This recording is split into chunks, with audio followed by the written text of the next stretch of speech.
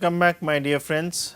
This is the total quality management lecture which I Raghunandan Sengupta from IIT Kanpur is delivering, and today we will have the 6th lecture. And if you remember, the first 5 was more of a conceptual understanding on quality as a philosophy, as trying to bring into the picture such that we always strive for improvement quality. Quality can be improvement of your lifestyle, quality can be improvement on your food habits, quality can be improvement on the way you deliver some work, or the quality may be the way you try to do the household work, maybe the type of work which you do on your shop floor. If you are working as a manufacturing employee in a big unit, it can be on the level of the desk work which you do, consider you are a manager in a company.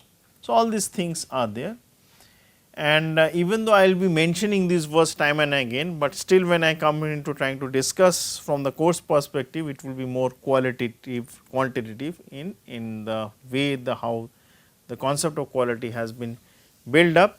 And as I mentioned time and again, our main emphasis would be for the text would be the book of Montgomery. So, considering the and continuing with the discussion of total quality management, management philosophy and company practices that aims to harness the human and material resources and level of competence of the level of human resources of an organization is the most effective way to achieve the objectives of the organizations. The formal definition of TQM as given by the British Standards Institutions are the main targets, which are customer satisfaction, continuous operational improvement, continuous cost reduction, a want to a culture instead of have to a culture. That means, I want to improve, I want to basically do in such a way that the overall philosophy is always one step ahead than what the customer needs. So, rather than customer demanding the services or the products from me in the level to which their satisfaction levels are for the from the customer's point of view, I as a manufacturer, I as a service provider should always be one step ahead, be able to deliver to them when he or she needs it or before that. Main targets of total quality management would be highly skilled workforce. Highly skilled workforce means that he has the level of motivation, he has the required technical skills, he has the required conceptual skills of what quality is, he is conscious that quality is important. He means it can be she also. So, he or she basically is conscious about quality, is conscious that cost should be reduced, is conscious that best product should be delivered in the best possible manner. So, the quality cycle basically consists, I am basically going to the very brief outline and just discuss what are the important points in the cycle.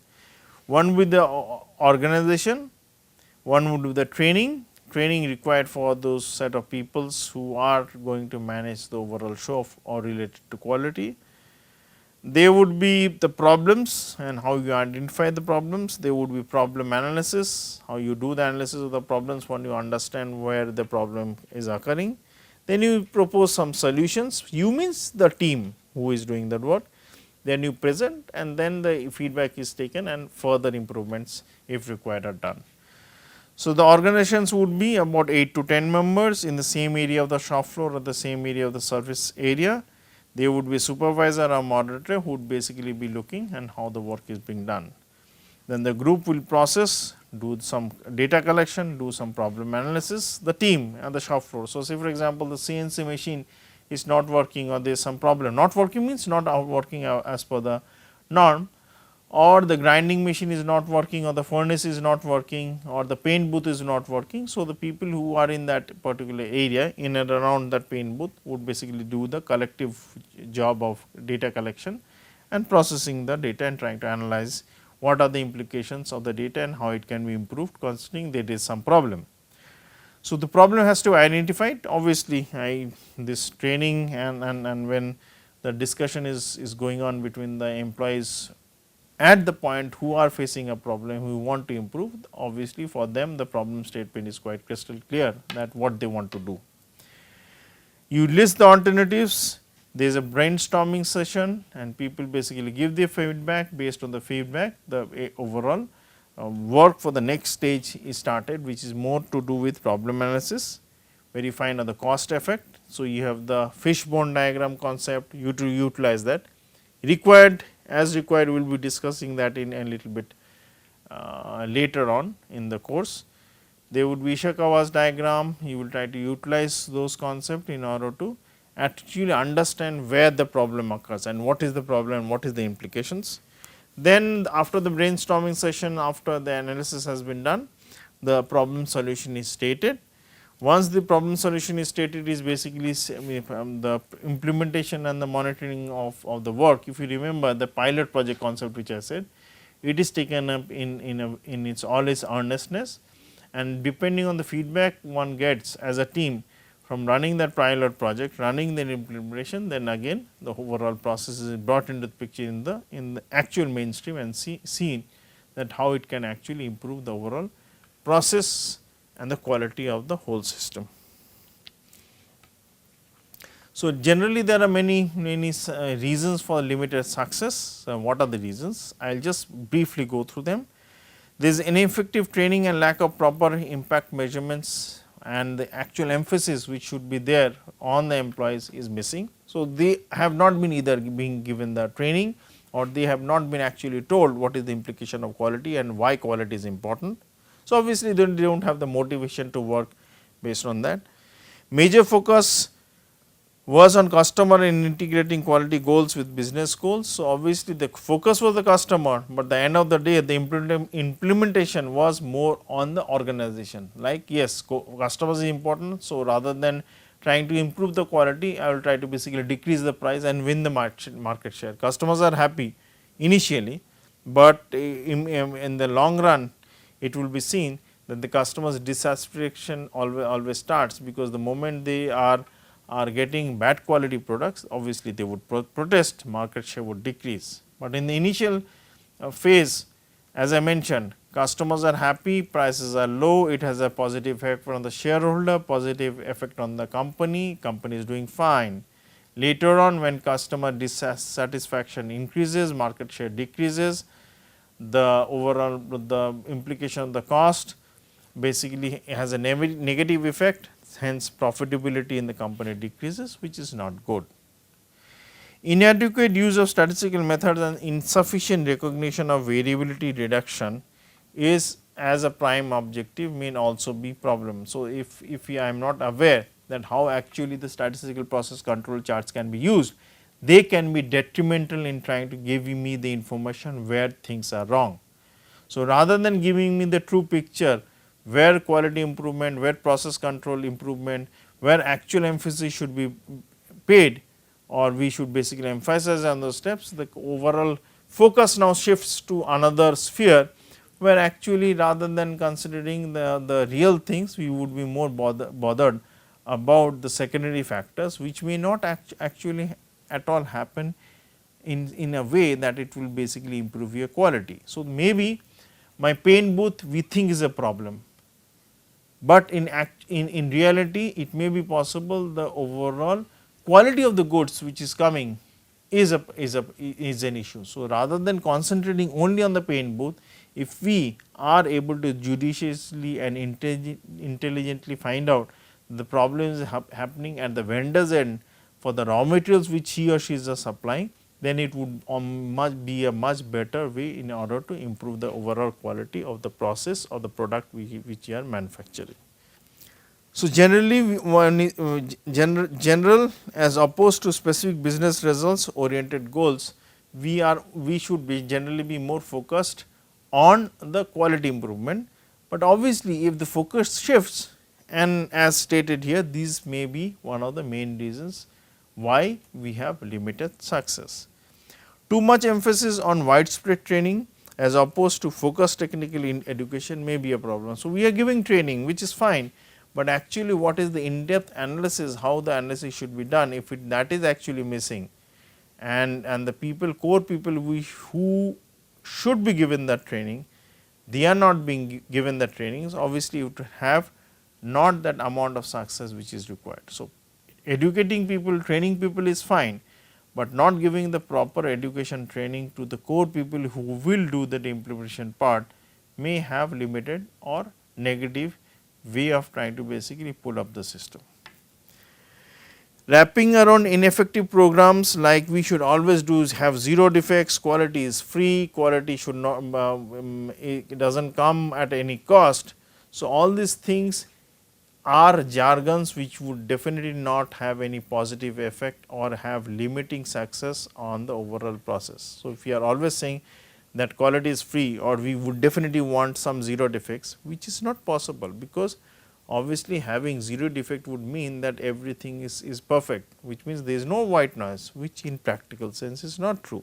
So, we should aim in order to the fact that quality should be decreased, we should improve the quality, but in such a manner that it should be within the limits, and if you are able to decrease the level of defects to the maximum possible extent. So, obviously, it would tend towards 0 defects, which is a theoretical notion at which we are aiming for.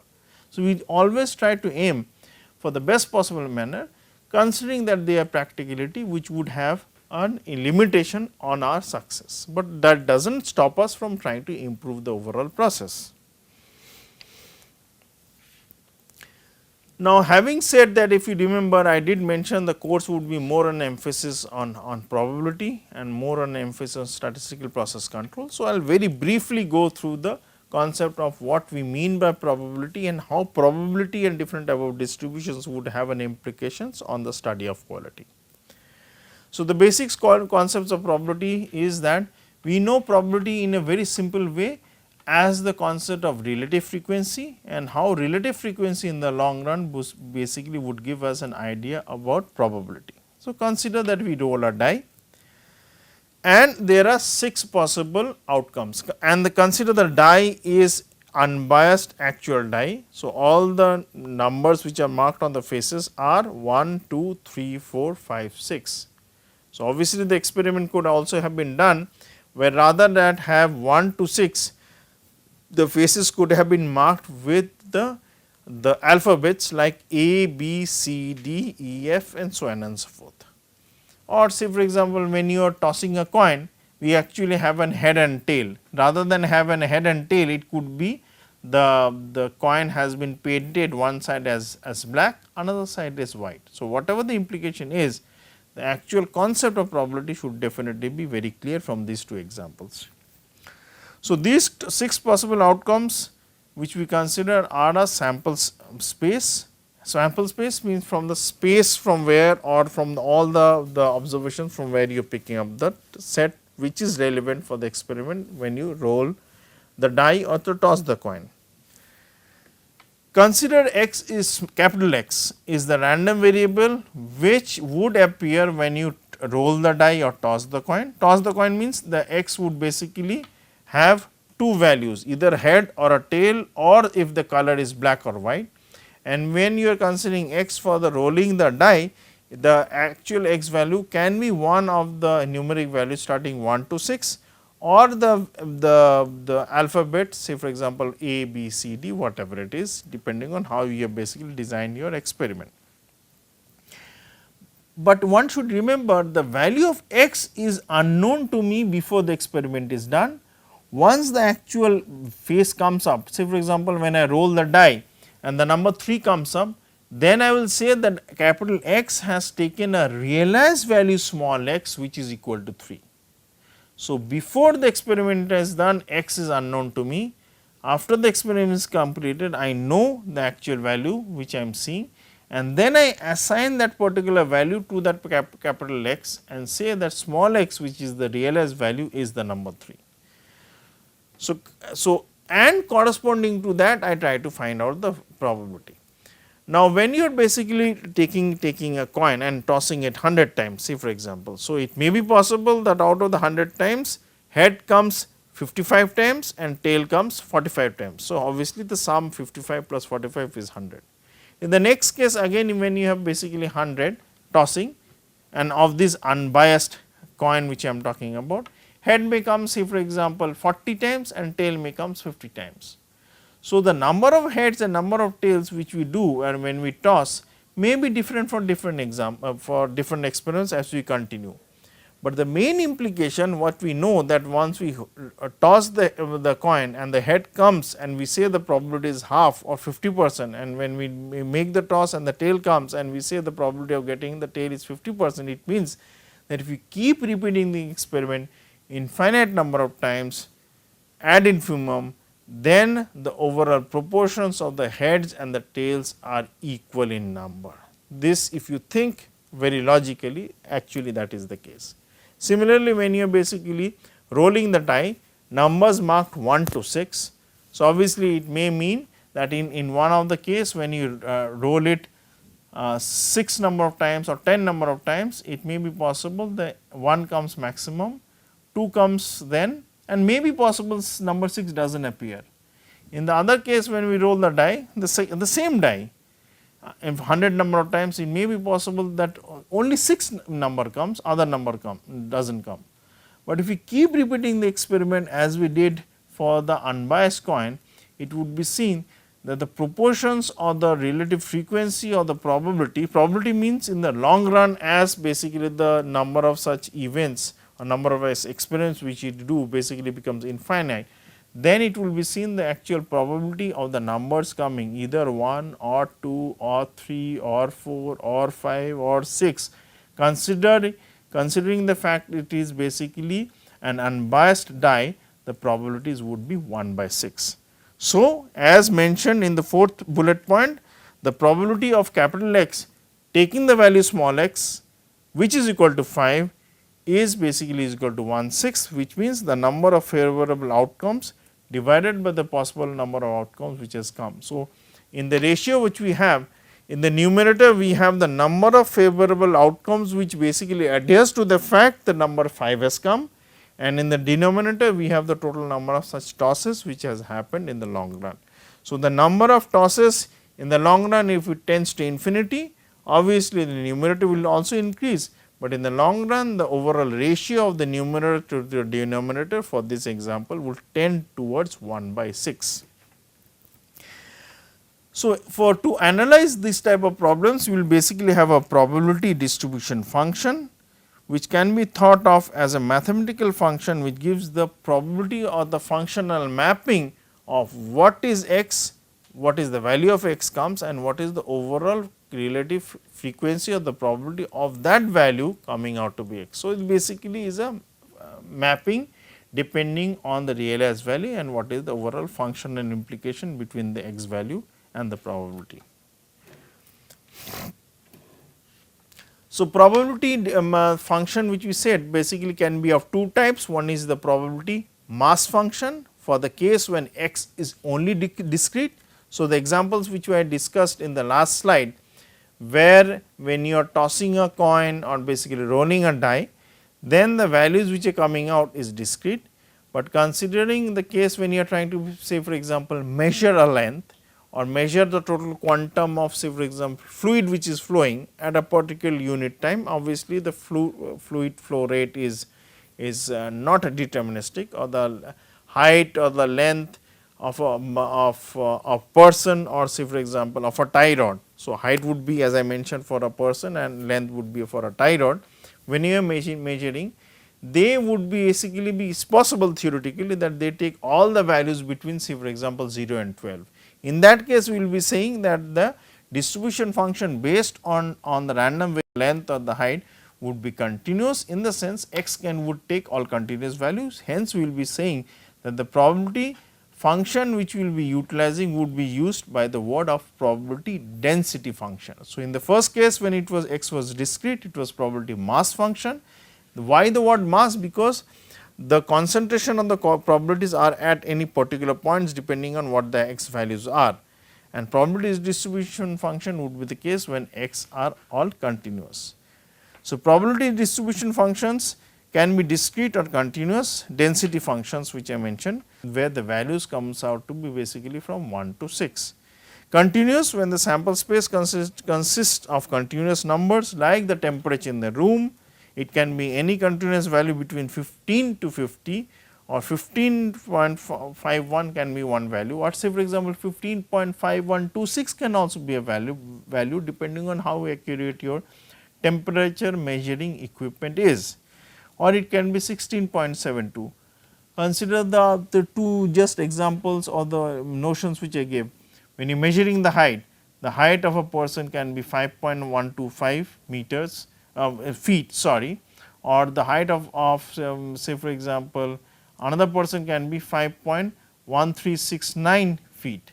When you are measuring the tie rod, say for example the tie rods can be between 12 to say for example 13 feet. So, it can be 12.025 feet also, it can be 12.7562 feet also. So, depending on the accuracy there can be any continuous values between the range what I have mentioned for the tie rod.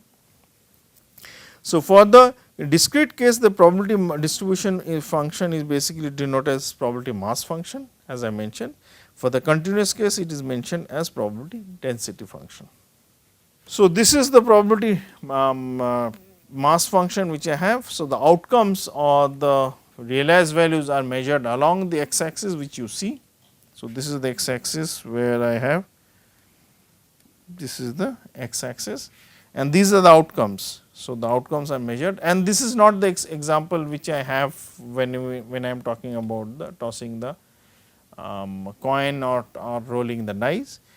And along the y axis you basically would plot. So, those two figures which I am going to mention now are not there, but based on those we get the probability mass function.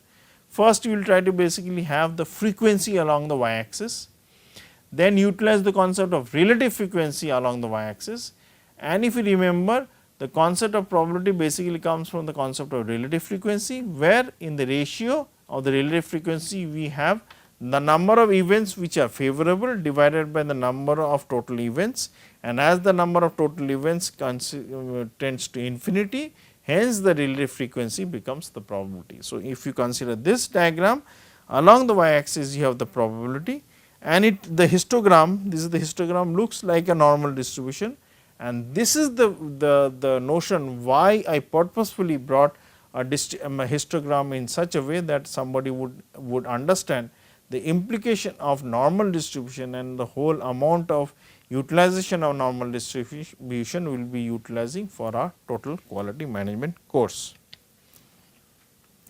So, this is the PDF, as I mentioned, this is the PDF of the normal distribution on the bell shaped curve. So, the above graph, if you see the graph, the mean value which is the central value is given as 0. So, I am not going to go to the details, but I am going to give you a brief outline that why the diagram has been drawn this. This is the standard normal deviate distribution curve, which when we try to utilize the x value as the discrete or the continuous random variable for the PMF or the PDF. But for the case when we come to the utilization of x as a continuous random variable and try to plot the normal distribution, then the mean or the median or the mode value, which is the central value for x, need not be 0, it can be anything. Say for example, when you are measuring the height, the average height or the mode or the mean value basically can be, say for example, 5.25 feet. Or when you are basically measuring the tie rod, it can be, say for example, 12.766 feet. So, those values which you consider using the simple transformation from the normal distribution to the standard normal deviate, the graph which you get is shown in this slide, which is the standard normal deviate with a mean value of 0 and the standard deviation of basically 1. So, along the y axis you are measuring the probability, along the x axis you are measuring not x, but z, which is the standard normal deviate random variable. So, the above graph shows the probability distribution for a set of outcomes referred to as z values. So, if you remember just few seconds back I mentioned that x has been transformed to z with the standard deviate random variable, and we are trying to plot the standard deviate random variable along the x axis, and along the y axis we have the corresponding probability to the fact that how as z changes and it takes the realized value of small z, what is the probability along the y axis. From the graph it can be said that the probability of when small z is 2, that means the realized value is known to us, and when realized value is known to us as minus 2, if you see the probability values are equal. The reason being it is a dumbbell shaped curve which is symmetric and is equally dispersed along the mean value which is 0. So, if you move the same quantum on to the right, that means plus 2, and same quantum on to the left which is minus 2, the overall probability values would definitely be the same. So, what if you want to find out the probability of z is greater than 2 or z is less than 3? So, obviously, we know that the distribution curve PMF or the PDF is such that the overall area underneath the curve would always be 1, because the probability sums is always 1. So, if you have the discrete case, you will basically sum it up, and if it is a continuous case, you will basically integrate. So, integration and summation are the same concept. So, when you want to basically find out the value of z is 2, obviously it would be the sum of all the z values starting from z is more than 2 till the infinite value, because if you see the graph here which is being displayed now, the z value basically can take any value starting from minus infinity, which is on to my left hand side, to plus infinity which to my right hand side. So, any values adding up starting from z is equal to 2 till the infinite value would give me the first value, what is the probability that z takes a value greater than 2. In case if I want to find out that what is the probability that z takes a value of less than 3, so I can give you two ways of how you do the calculation. One would be basically to add up all the values starting from minus infinity till z is equal to 3, or another implication would be by how you do the calculation would be to first find out all the probability sums starting from the fact that z is equal to 3 till infinity, and once you add that, subtract that value from 1, because the total value under the curve is always 1. So, 1 minus that would give me the next value, which is probability of z is less than 3. Now, CDF value, which is the cumulative distribution function, is basically the sum of the PDF and the or the sum of the PMF. So, it gives the probability at a point of the continuous and discrete events. What if you want to find out the probability of a set of events, as just mentioned in the last graph, where the probability is to be found out for z value greater than 2 or the z value less than 3, for these two examples. Say for the normal distribution, we want to find out the probability of z is less than 2. The probability would be equal to the sum of all the probabilities from minus 6, that is the leftmost point. So, obviously minus 6 is being shown because other values cannot be shown here, but technically they are from minus infinity till that value of z. The probability distribution which shows the sum of the probability up to the point are termed as the cumulative distribution function, and this concept of cumulative distribution function would be the same for the PMF or the PDF. So, with this I will end this 6th lecture and continue the discussion about probability distribution functions, probability mass functions and CDFs, and see that how these concepts can be utilized in statistical process control later on. Have a nice day and thank you very much.